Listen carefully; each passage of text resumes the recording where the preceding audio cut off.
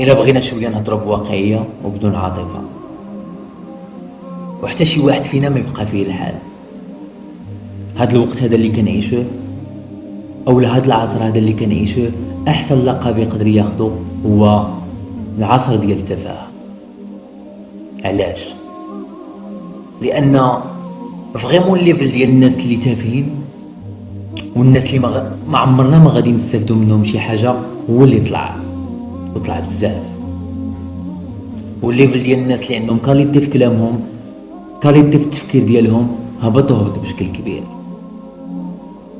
والمشكل من هادشي هو حتى الاعمار اللي ولات كتفرج في هاد النوع ديال التفاهه ما بقاتش منحصره غير على الدراري الصغار او الشباب، وين حنا كاملين اطفال شباب وناس كبار متبعين هاد التفاهه هادي، داعمين لهاد التفاهه هادي، ولاو تافهين كيتكرموا في هاد العصر هذا ديالنا، ولاو كيتدعموا في هاد العصر هذا ديالنا.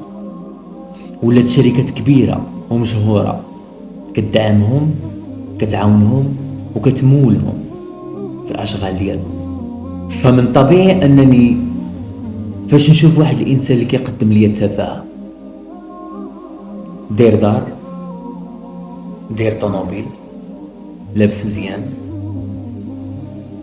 عنده فلوس، يعني جميع الامور الظاهريه اللي كيتمناها اي واحد كيتوفر عليها هو، فضروري الاغلبيه ديال الناس غادي يبغيو حتى هما يديروا التفاهه باش يوصلوا داكشي اللي هما باغيين.